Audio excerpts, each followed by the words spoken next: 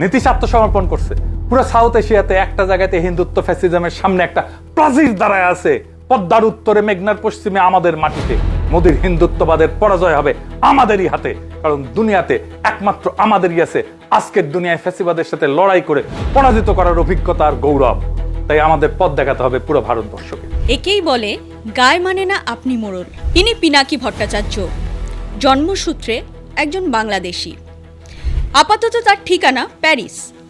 2019 সালে গা ঢাকা দিয়ে নিজের দেশ ছেড়েছিলেন তিনি। এখন প্যারিসে বসে বড় বড় কথা বলেন।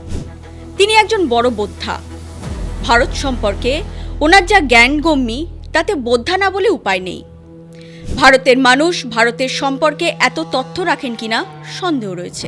ভারতের 5 রাজ্যের বিধানসভা নির্বাচনে ফলাফল বেরোনোর পর ঘুম ছুটেছে এই পিনাকির। তিনি দিনে দুপুরে রাতে হিন্দুত্ববাদ বিস্তারে ভূত দেখছেন। এই বুঝি ভারত হিন্দুত্ববাদের ঝান্ডা উড়িয়ে বাংলাদেশকে দখল করে নিল।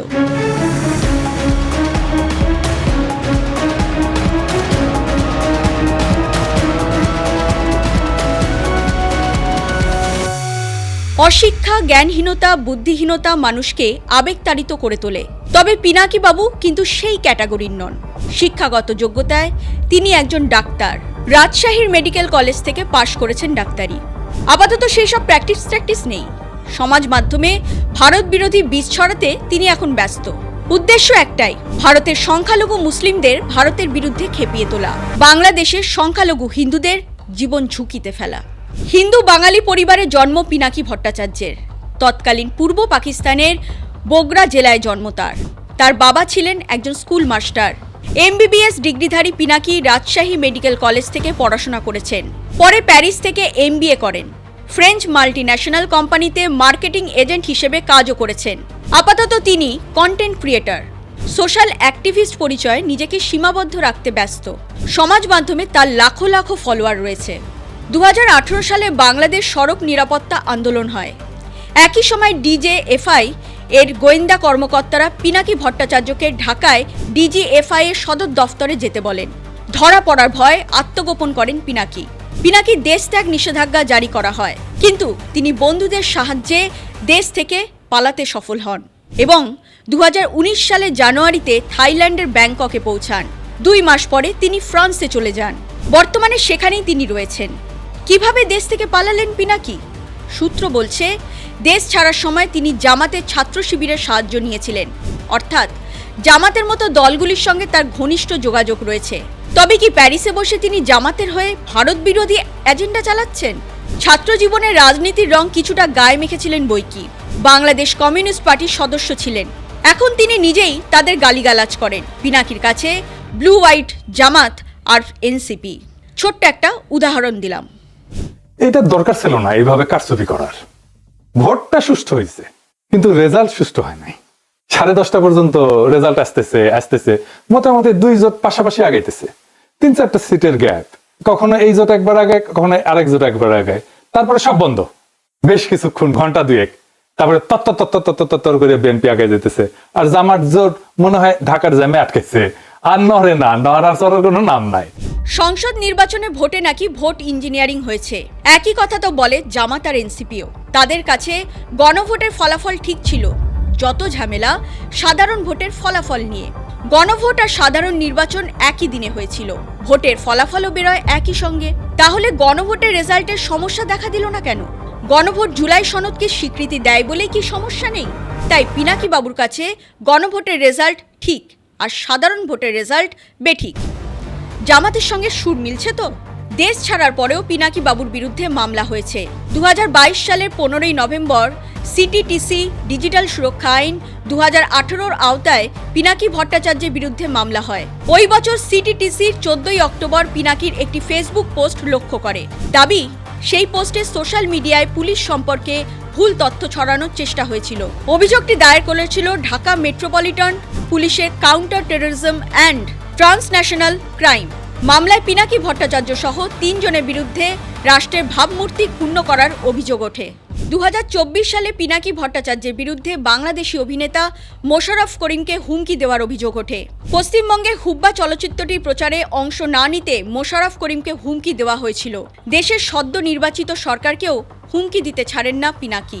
এই সরকার চালানো বিএনপির জন্য হানিমুন পিরিয়ড হবে না, অত্যন্ত জটিল হবে সরকার চালানো। আর যা যা প্রতিশ্রুতি দিছে সেগুলো ডেলিভার করতে ওদের ঘাম ছুটে যাবে। এইসব এখন অতীত। আপাতত তার মাথা ব্যথার কারণ ভারতের 5 রাজ্যের বিধানসভা নির্বাচনের ফলাফল। পশ্চিমবঙ্গে মমতা বন্দ্যোপাধ্যায় সরকার পতনের পর তিনি বড় বেশি ধাক্কা খেয়েছেন। নিজের দেশের হাজারো সমস্যা ছেড়ে ভারতকে নিয়ে আপাতত চিন্তা তার। হিন্দুত্ববাদ নাকি সাম্রাজ্যবাদের আরেক রূপ। পিনাকি বাবু মনে করছেন বাংলাদেশই পারে ভারতের হিন্দুত্ববাদকে ঠেকাতে। শুধু তাই নয়, গোটা দক্ষিণ এশিয়ায় বাংলাদেশ ভারতের ফ্যাসিবাদকে ঠেকিয়ে নজির গড়বে। আর এই বিষয়ে তিনি 100% কনফিডেন্ট। কিন্তু কিভাবে? সেনায় নাকি বাণিজ্য যুদ্ধে? দেখুন, যাহা কল্পনা তা তো সামরিক শক্তিতে পরাস্ত করা যায় না, বাণিজ্য যুদ্ধেও যাওয়া যায় না। এক্ষেত্রে পিনাকি বাবুর মতো লোকেদের অস্ত্র ভারতের বিরুদ্ধে ন্যারেটিভ তৈরি করা, খুব সহজ কথায় উস্কানি দেওয়া, হিংসা ছড়ানোর চেষ্টা করা, যেটা তিনি করে আসছেন। ভারত যদি হিন্দুত্ববাদী রাষ্ট্র হয় ওটা ওদের সমস্যা। আমাদের সমস্যা হবে যদি আমরা নিজেদেরকে রক্ষা না করি। সীমান্তে বিএসএফ এর গুলিতে কিশোর যদি মরে সেই হিসাব আমরা রাখবো। তিস্তার পানি আটকে রাখা যদি হয় সেই হিসাব আমরা রাখবো। যদি গঙ্গার পানি আটকে রাখা হয় সেই হিসাব আমরা রাখবো। দিল্লি থেকে আগরতলা থেকে কলকাতা থেকে যে ন্যারেটিভ বোম্বার্ডমেন্ট হবে সেইটা আমরা কাউন্টার করব নিজের ভাষায়, নিজের প্ল্যাটফর্মে, নিজের শর্তে। কিন্তু ভারতের বিরুদ্ধে লড়াই করতে গেলে তো ভারতের পণ্য নেওয়া যাবে না। তবে কি করবে বাংলাদেশবাসী? সেই পথও বাতলে দিয়েছেন পিনাকি। তবে বলে রাখি, বাংলাদেশের জ্বালানি সংকটে যখন ভারত থেকে তেল আসে, দুর্যোগে যখন ত্রাণ আসে, তখন পিনাকি বাবুরা মুখে রা করেন না, কিছুদিনের জন্য চুপ করে যান। তারপরে অবশ্য পুরনো ভূমিকায় ফিরে যান।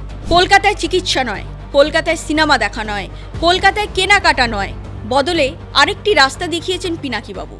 আমাদের নিজের অর্থনীতি নিজেদের চালাইতে হবে। কলকাতার চিকিৎসা না, ব্যাংকক, সিঙ্গাপুর, কুয়ালালামপুর। কলকাতার শপিং না, দুবাই, ইস্তাম্বুল, কুনমিংয়ে যাবো দরকার হইলে। কলকাতার বিনোদন না, নিজের ইন্ডাস্ট্রি বানাবো। মার্কুইস স্ট্রিট ভাঙছে, সেটা আমাদের সমস্যা না, ওটা মমতার সমস্যা ছিল, এখন শুভেন্দুর সমস্যা। আমাদের কাজ আমাদের 18 কোটি মানুষের অর্থনীতি থেকে, কলকাতা নির্ভরতা থেকে বাইর করে আনা। ভারতে বহু বাংলাদেশি চিকিৎসা করাতে আসেন। তার অন্যতম কারণ সস্তা ও উন্নত মানের চিকিৎসা। বাংলাদেশের নিম্ন মধ্যবিত্ত ঘরের সাধারণ মানুষ চিকিৎসার জন্য ব্যাংকক, সিঙ্গাপুরে যাওয়ার সাধ্য কোথায়? পিনাকি বাবুরা তো সেই সব কথা ভাবেন না। তারা বিদেশে বসে জামাত এনসিপির দালালি করেন, ভারত বিরোধিতার জিগির তোলেন, কথায় কথায় ভারতের ভূত দেখেন। আচ্ছা বলুন তো, পিনাকি বাবুর মতো লোক কার এজেন্ট? কাদের হয়ে দালালি করছেন?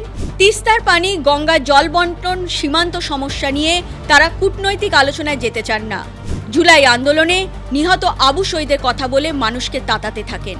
পিনাকি বাবু, আগে দেশে ফিরুন। উস্কানি দেওয়ার জন্য আপনার বিরুদ্ধে 1000টা মামলা হওয়া উচিত। হিন্দু হয়ে যদি কেউ হিন্দুত্ববাদের বিরুদ্ধে কথা বলে, তাহলে অভিযোগগুলি আরও বেশি অথেন্টিক মনে হয়। পিনাকি বাবু কি সেই সুযোগই নিচ্ছেন? ভারতের কেরালায় বাম সরকার পড়ল, স্ট্যালিন ক্ষমতা থেকে সরে দাঁড়ালো, পশ্চিমবঙ্গে বিজেপি সরকার এলো, তাতে পিনাকি বাবুদের কি যায় আসে? গায়ে এত জ্বালা কেন?